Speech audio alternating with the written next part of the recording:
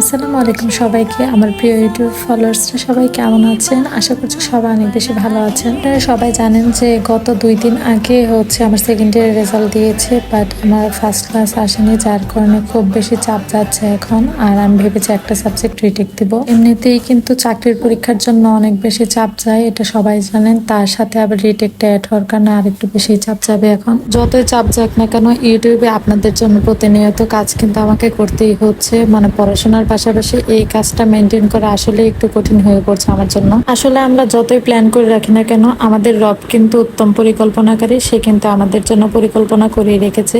আমি ভেবেছিলাম সেকেন্ড ইয়ারের রেজাল্ট আমার সবকিছু একদম ঠিকঠাক থাকবে, আমি শুধুমাত্র চাকরির প্রিপারেশন নিব আর ইউটিউবে আপনাদের জন্য কাজ করে যাব। বাট সেটা তো আর এখন হলোই না। এই তো দেখতেই পাচ্ছেন আমার রুমের কি একটা অবস্থা হয়ে আছে। কারণ সকালে ঘুম থেকে ওঠার পর আমি ভালোভাবে ব্রেকফাস্টও করার সুযোগ পাইনি। তো একটানা পড়তে বসেছিলাম, তো সেখানে পড়াশোনা প্লাস অনলাইন ক্লাস ছিল, সবকিছু মেনটেন করে আপনাদের জন্য ভিডিও দিতে একটু কষ্ট হয়ে যাচ্ছে।